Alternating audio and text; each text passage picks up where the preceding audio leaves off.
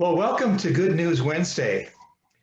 Today, I'd like to share some very good news about some ministries that are active in the Sioux Falls area. You know, in the Bible, in the Gospel of Matthew, chapter 25, there's a story about a time when Jesus was teaching the people who had gathered around him. He was teaching some very important values. Values, you know, in other words, what's important to you, what drives you, what is it that excites you, what guides your decision making. And in the church, we would call these kingdom values. And one of the greatest kingdom values is that we are to care for those who are in need. So one day, Jesus says in this teaching from Matthew, there will be an accounting of how well we all responded to those who among us are in need. Now, there are some pretty tough words from Jesus in this passage because this is serious business. Jesus uses the image of a king, and the king is talking to these other people. The king represents our Lord on Judgment Day, and he offers this glorious invitation to those who have responded well to the needs of Jesus, to the needs of others. But Jesus says to them, and I read, "Come, you who are blessed by my Father, take your inheritance, the kingdom prepared for you since the creation of the world. For I was hungry, and you gave me something to eat. I was thirsty, and you gave me something to drink. I was a stranger, and you invited me in. I needed clothes, and you clothed me. I was sick, and you looked after me. I was in prison, and you came to visit me." And then the righteous will answer Jesus, "Lord, when did you see me? When did we see you hungry and feed you? Or when did we see you thirsty and give you something to drink? When did we see you a stranger and invite you in, or needing clothes and clothe you? When did we see you sick or in prison and go to visit you?" And the king will reply, "Truly I tell you, whatever you did to one of the least of these, my brothers and sisters of mine, you did for me." A strong kingdom value that Jesus is teaching us here. So today I'm pleased to welcome a special guest, my co-worker, Tami Prostrollo. When I first came back to Sioux Falls about 2.5 years ago, Tami stood out among all others as one who genuinely and passionately cared for those in need. Tami's been very actively involved in a variety of food distribution ministries right here in the Sioux Falls area for, I don't know how long, quite some time now. And so I've invited Tami to be with me today because, well, there's some very good news to share with you about what's going on in most of these ministries. Tami, welcome to Good News Wednesday. Thank you. I'm excited to be able to share all of the stuff that First Church is doing. Yeah. Well, we're looking forward to hearing from you about that. Tami, I just wanted to start with you.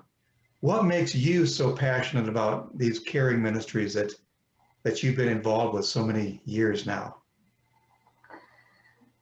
You know, and I don't really know. I just sort of is in my soul, I guess. It's like when the scripture that you just read, when you saw me hungry, you fed me.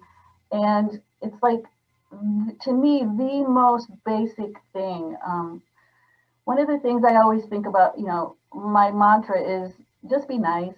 You can just be nice. And the easiest way to be nice is to offer somebody something to eat, regardless of where you find them, if they're on a street corner or if they're part of your family. To me, that's just the most basic thing, food. It sure speaks to me. Well, that's really true. It's a basic need, isn't it? That we all have, and some people don't have enough of it. Now, Tami, I've heard there's some really great news going on about the impact of the various feeding ministries that you have been associated with. 2020, a tough year, wasn't it? And people who didn't have enough already were really hit hard. But as a result of these various feeding ministries, lots and lots and lots of people have been fed in the last year. Yep. Can you share some of those numbers about how many, well, I suppose from the perspective of your church, First United Methodist Church, how many were able to be fed through these ministries? I'll start with our newest one. We just started a new ministry in conjunction with Feeding South Dakota. They're starting neighborhood distribution sites because we know how hard it is for people to get, long distances, whether they don't have a car or they have to work or whatever. So neighborhoods. So we've started serving out of our parking lot here in November. So in just 3 months, November, December, and January. Yeah, just 2.5 months now. Yeah. Yep. We were able to serve 998 families, which means 998 families came to our parking lot and we put socially distancing, put food and dairy products in their trunk. And we do that now the first Wednesday of every month, beginning at 5:30. So 998 people just once a month for 2.5 months now. Yeah. Yeah, it's amazing. Yeah, and that number is replicated. They've been doing this since November at 5 different locations. So to know what the need is, you could almost take that number times 5. But First Church alone has done just about 1,000 meals. Or not 1,000 meals, I take that back, 1,000 food packets so the folks can take it home and prepare their own meals. So 1,000 families basically. Wow. So that's the newest one, Feeding South Dakota. What about other ministries? So there's a couple of really good volunteers that manage the banquet who pull volunteers together and whatnot. And we go serve at the banquet on the 3rd Tuesday morning. We serve breakfast downtown. And on the 4th Tuesday evening meal, we're out at the Banquet West. And in 2020 alone, with those 2 servings, we served 4,659 meals. So that's 2 meals a month for 12 months. Neither one of those locations ceased to serve during COVID. They just kind of made a pivot and started serving to-go meals. Well, that shows you there is an awful lot of people who are in need of, a little extra help. Have you found that that the needs have increased this year with the COVID-19 pandemic? Yeah. Yep. Definitely, they've increased by a lot, and like you mentioned before, we're seeing not only the folks that we've been serving for several years, but we're seeing a whole new influx of folks who've never been in this situation before, and so we help them navigate through the system of how to get affordable food or how to get prepared meals, because there's a lot of folks now that are ending up in hotels and whatnot because they've been evicted. And so, there's a lot of dominoes in place. There's a lot of dominoes. And when one falls, the rest are not far behind. Yep. Now, I know that there's one more ministry because I've been involved in that one as well. Yep.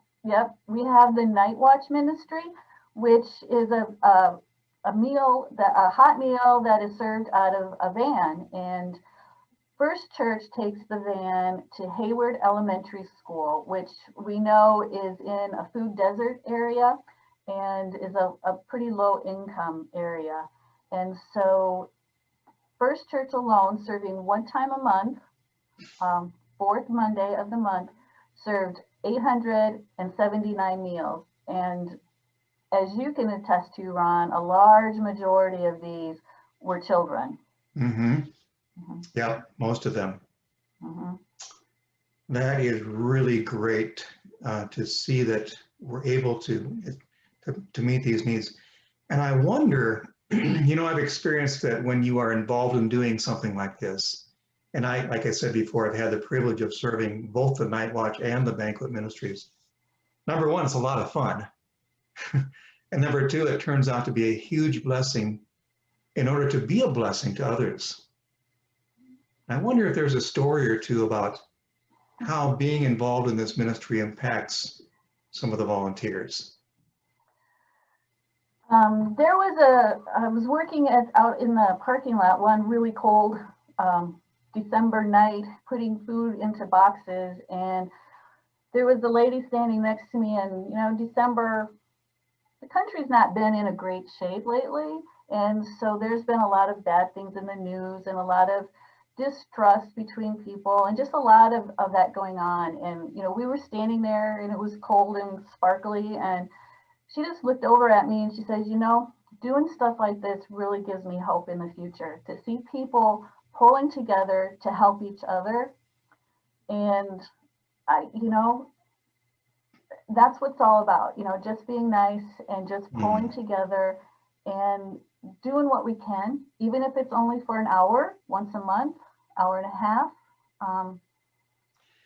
I think that's an excellent point. Yeah. You mentioned all these big numbers, but they all started with just a half an hour here, a half an hour there, and just doing what we can at the time that we can do it.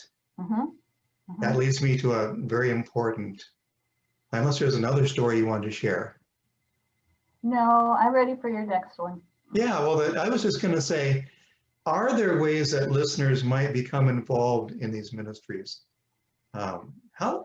How could someone who wants to make a difference do that? Yeah.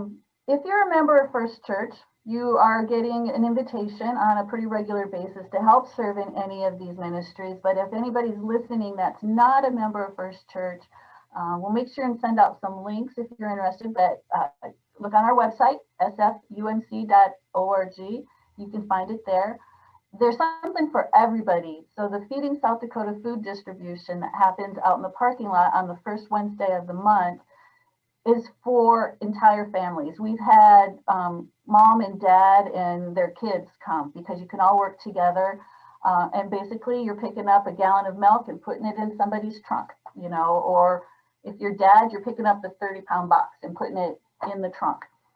So you could sign up for that and make it a family. We had a generational family come in, grandpa, daughter, and grandsons were there last month. So it's a great opportunity. We run 2 shifts because we know it's cold. You can come from 5:15 till 6:30 or 6:30 until 7:45. So it's not a long commitment. I think that's a great idea. It makes a great family ministry, huh? Yep. Something to do with the family. Yep. Yeah. You can get out there.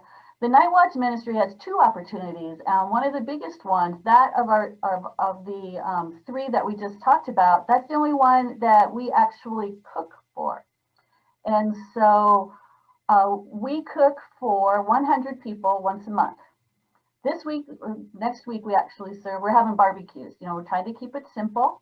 So we do a lot of casseroles, we do a lot of barbecues, we do things to try to keep it simple. So if you like to cook, you can sign up. You can come use our kitchen and help us prepare meals. We always need cookies.